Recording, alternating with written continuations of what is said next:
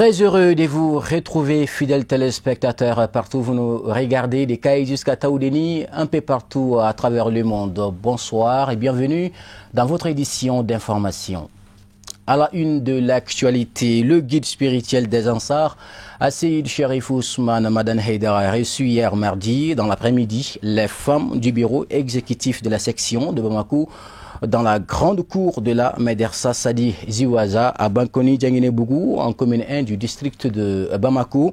La présente cérémonie qui a enregistré la présence des responsables de l'ADN Mali et de plusieurs personnalités était placée sous la haute présidence du guide spirituel des Ansars. On fait le point avec Fatou Matayaya Kane, Baba Keita et Samba Traoré avec la voix de Alhamidou Badini. C'est aux environs de 17 heures que le guide est chaleureusement accueilli par les braves femmes de la section des Ansars de Bamako. Le lien qui les réunit date de longues années. Sous la houlette de la première présidente des femmes, Feu Mama Koulibaly, elles sont les premières à se sacrifier pour le rayonnement de l'islam et soutenir le guide dans l'accomplissement de sa mission divine, d'où la mise en place de l'association Ansardin Islamia. Comme à l'accoutumée, les femmes de la section des Ansars de Bamako effectuent une série de visites chez le guide dans le but de renforcer les liens. Permettez-nous, à l'entame de nos propres remerciements, d'Allah qui, dans sa miséricorde, nous a regardés avec l'envoi de notre cher guide, pas pour le Mali ou pour la communauté musulmane seulement, mais pour le monde entier, sans aucune distinction religieuse ou ethnique. Karamogo, les femmes vous saluent pour l'effort sans ménage dont vous avez fait preuve quand le pays était en proie aux bandits armés et aux soi-disant religieux. Cette rencontre vise non seulement à rendre hommage au guide, mais aussi sert d'espace d'échange et de sensibilisation quant à l'application des droits conjugaux ainsi que de plusieurs sujets. Lors de la cérémonie, les femmes se sont dites fières d'avoir Asseïd Cherif Ousmane Madani Haïdara comme guide spirituel à travers ses efforts pour son pays avant de renouveler leur serment auprès de lui. L'homme qui nous a montré le chemin qui nous mène au paradis, l'homme qui a choisi la souffrance pour défendre la vérité de Dieu sur la terre. Chez nous en Bambara, on dit Allah Emindo Obe Wasake.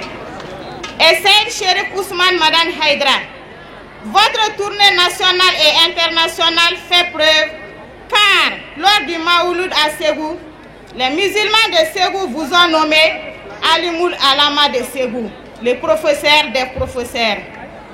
En Karamogo, vous êtes la fierté de l'islam. Asseïd Cherif Ousmane Madan Haïdara, toutes les paroles que vous nous avez dites à travers vos prêches sont une réalité aujourd'hui à cause de l'insécurité qui vit le Mali aujourd'hui par rapport au passé. C'est pourquoi l'association Ansardine a ses objectifs: la diffusion de l'islam, religion de la paix et de la tolérance, la saine compréhension de l'islam par la formation et l'information, l'amélioration des comportements moraux, civiques, religieux, sociaux et culturels, l'assistance aux démunis, aux nécessités et aux victimes des catastrophes, l'établissement et le renforcement des mécanismes de solidarité entre les hommes en général et les membres en particulier. Très reconnaissant envers ses adeptes, le guide spirituel a remercié les organisateurs, sans oublier d'avoir une pensée aux femmes Ansars disparues. Cette cérémonie riche en couleurs, regroupant toutes les femmes des sous-sections et des comités, a été aussi marquée par la remise de tableaux de reconnaissance à certains militants, ainsi qu'au guide spirituel des Ansars, Asseïd Cherif Ousmane Madani Haïdara. Maintenant, prenons la direction de la 2e région administrative du Mali, où la salle de conférence du gouvernorat de Koulikoro a abrité ce mardi 9 avril le lancement des activités du PTA, plan de travail annuel 2019 de l'année de l'ANP, couplé à la remise de kits AGR, activités génératrices de revenus à près de 150 jeunes. La cérémonie initiée conjointement par la direction régionale et la direction générale de l'ANP est placée sous la haute présidence du ministre de la Jeunesse, de l'Emploi et de la Construction citoyenne, avec notamment la présence des autorités locales dont le maire, le gouverneur ainsi que le préfet du cercle de Koulikoro. Commentaire signé Marie Diallo. Le maire de la commune rurale de Koulikoro apprécie hautement cette initiative de la direction régionale de Koulikoro et entend pleinement contribuer à la matérialisation de cet ambitieux projet chapeauté par la direction générale de la NPE au profit des jeunes.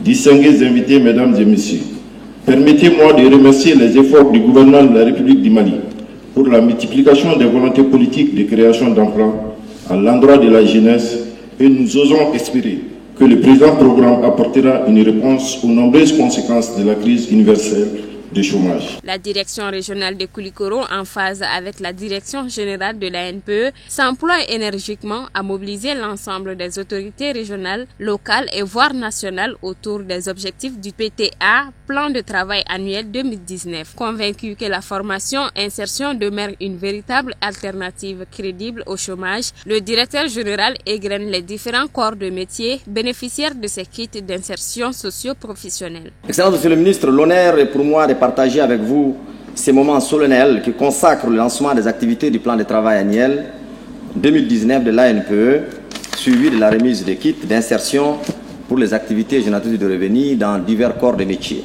Parmi ces divers corps de métiers, je m'en vais citer quelques-uns. Vous avez en tout 58 kits dans les divers corps de métiers, et ces divers corps de métiers se répartissent suivant donc la nomenclature ici de filières porteuses de l'EODEL, l'enquête sur les opportunités de développement local que l'ANPE diligente chaque 2 ans auprès des collectivités territoriales. Vous avez donc comme kit ici présent d'abord la menuiserie bois, froid climatisation, carrelage, pose des pavés, plomberie, plâtrier staffaire, embouche bovine et ovine, rôtisserie, boulangerie, agroalimentaire, mécanique auto, électricité auto, mécanique engin à 2 roues, maraîchage, aviculture, teinture, apiculture, pour ne citer que ceci. Monsieur le ministre, grâce à la répartition de ces kits au niveau des différents corps de métiers, nous devons donc, in fine, créer 315 emplois au niveau de la région de Koulikoro, rien que dans cette phase.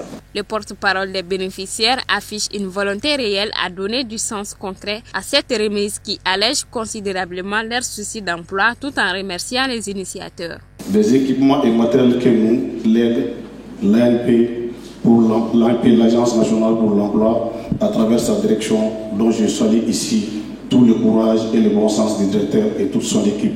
Je parle du directeur régional de l'ANP de Koulikoro. Merci au président Ibrahim Boubacar Keïta pour avoir mis la jeunesse au cœur de son second mandat. Merci aussi à l'ANP. Le ministre en charge des questions d'emploi et de formation des jeunes revient sur la nécessité de la mise en œuvre du PTA qui contribuera sans nul doute au projet présidentiel de création massive de l'emploi au terme du second quinquennat du président Ibeka. Je suis venu à Koulikoro ici pour le lancement des activités du programme de travail annuel de l'ANPE, l'Agence nationale pour l'emploi. Comme vous le savez, l'ANP a pour mission exclusivement la création de l'emploi pour les jeunes, pour les femmes et pour les personnes vulnérables. Dans son plan d'action 2019, l'ANP prévoit la création de plus de 4000 emplois pour les jeunes. Toutes choses qui cadrent avec la vision du président de la République, qui rentre également dans la mise en œuvre du programme présidentiel Notre Grand Mali Avance 2018-2023, dans son 3e axe, le développement du capital humain et l'inclusion sociale. Nous avons vu ici des jeunes, plus de 150 jeunes formés qui bénéficient également de kits dans les différents corps de métier et des femmes également qui bénéficient également des kits pour des activités génératrices de revenus. C'est comme ça que nous pouvons venir à bout du chômage. C'est comme ça que nous allons participer au développement de notre pays. Aujourd'hui, l'ANPE travaille pour que des demandeurs d'emploi d'aujourd'hui soient des créateurs d'emplois de demain. Telle est la vision du président de la République, tel est l'engagement du gouvernement, tel est aujourd'hui le travail des différentes structures relevant du département de la jeunesse et de l'emploi, de la formation professionnelle et de la construction citoyenne.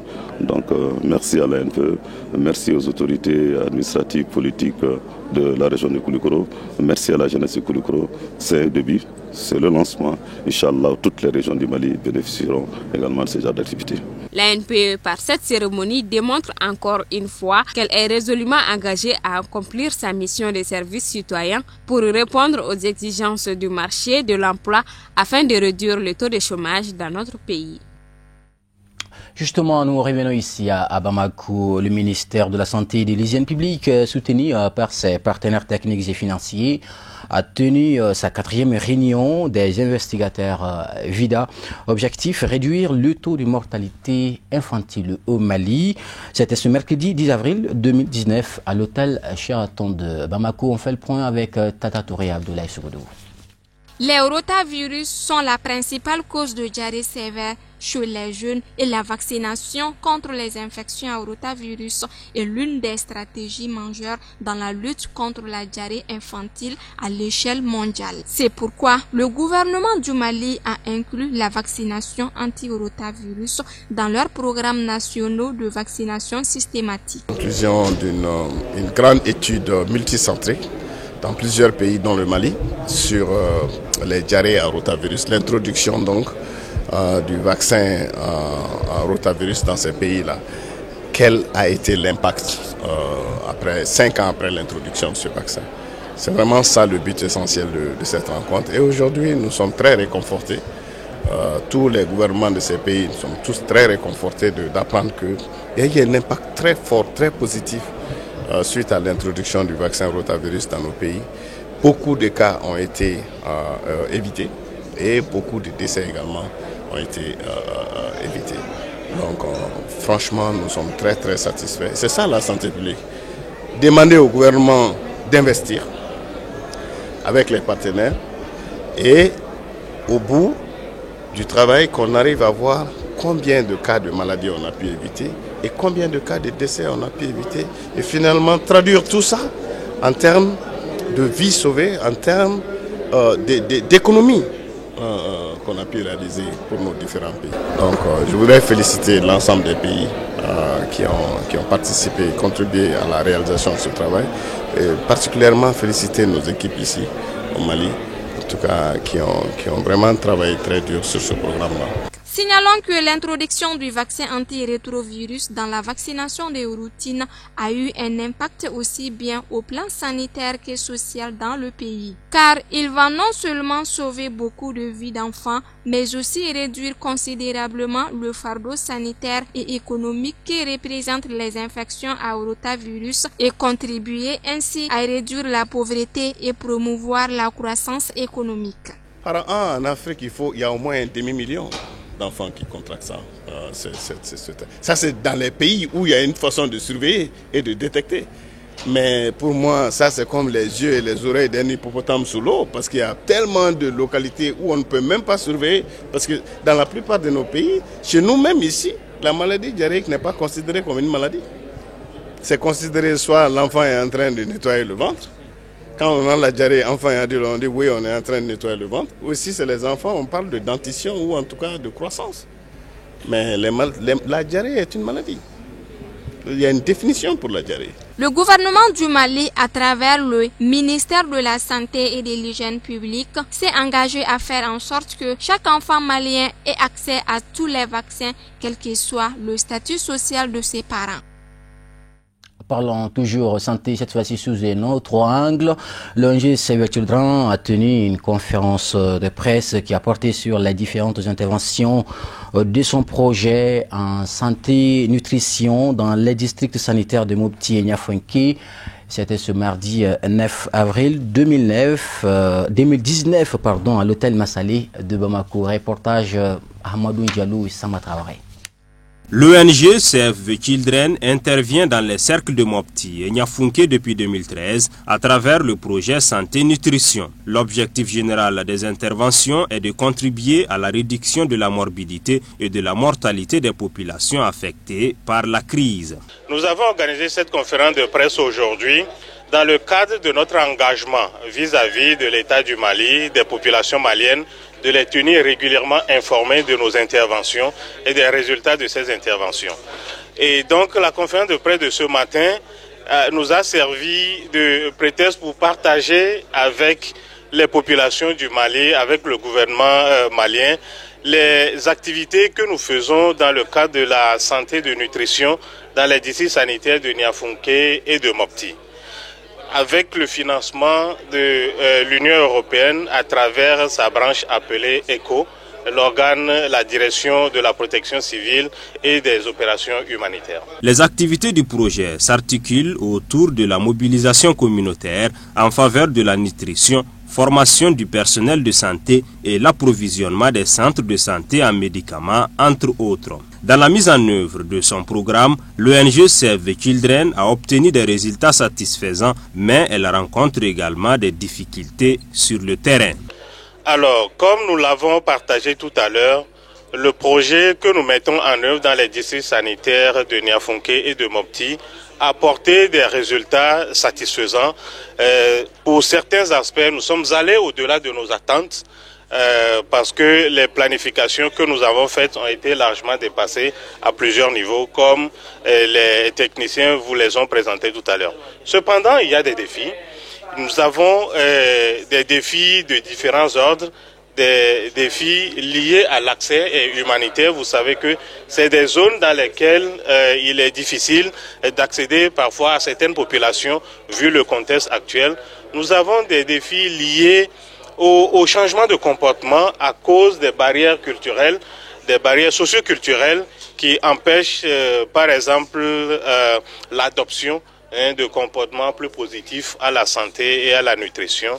Et nous avons des défis liés, par exemple, au financement pour étendre nos opérations à tous les districts sanitaires, à toutes les aires de santé de cette zone d'intervention. Au cours de cette conférence de presse, les hommes de médias ont eu droit à un exposé détaillé qui a porté sur la réponse intégrée aux besoins en santé et nutrition des populations affectées par la crise sécuritaire et institutionnelle au Mali. Bien, comme tous les jours, nous vous parlons de l'actualité internationale. Voyons en plus bref en image avec la voix de Mariétou Diallo.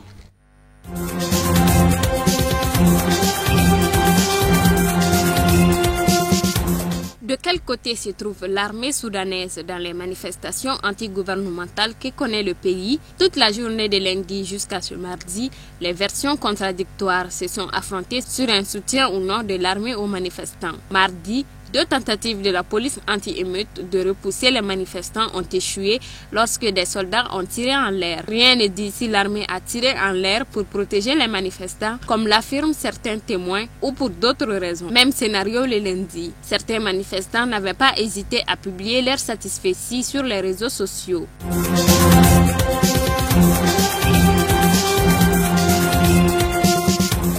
Kinshasa, des membres de la société civile et anciens détenus de l'Agence nationale de renseignement ANR ont adressé mardi 9 avril une lettre ouverte au président Félix Tshisekedi pour lui demander de ne pas nommer d'auteurs de violation des droits de l'homme à des postes à responsabilité. Par ailleurs, le pays n'a toujours pas de premier ministre. Peut-être parce que le nouveau président Félix Tshisekedi a refusé Albert Youma, celui que lui propose son prédécesseur Joseph Kabila, comme l'affirment des sources proches des deux camps.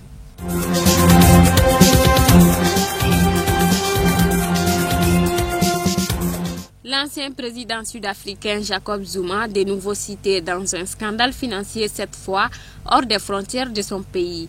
Il est accusé par un journal local de détenir la colossale somme de 30 millions de dollars que lui aurait confié Muammar Kadhafi. Des allégations démenties par Jacob Zuma. L'argent, selon un journal, aurait dû servir à garantir l'exil de l'ex-dirigeant libyen au cas où il eût été arrêté et traduit devant un tribunal. Dans l'autre cas, être remis à sa famille s'il était tué. Le dirigeant a effectivement été tué le 20 octobre 2011 dans une offensive de forces rebelles soutenue par les puissances occidentale. Sauf que le président Jacob Zuma n'a jamais fait cas de cet argent. À plus forte raison, le remettre aux autorités libyennes, souligne le Sunday Times.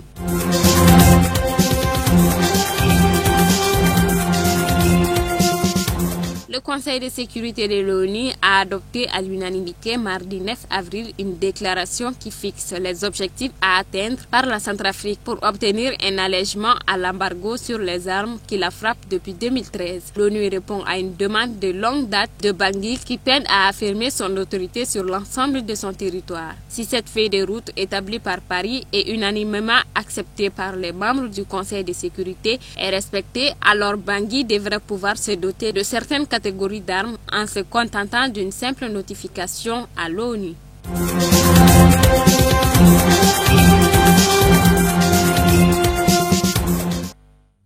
Voilà ce qui met un point final à ce journal. Merci à vous de l'avoir suivi. Vous allez retrouver Kafouné Bathily d'un moment à l'autre pour le journal en langue nationale de Monacan. Quant à moi, je vous retrouve demain avec le même plaisir. Très bonne suite de programme sur Chérif la télévision.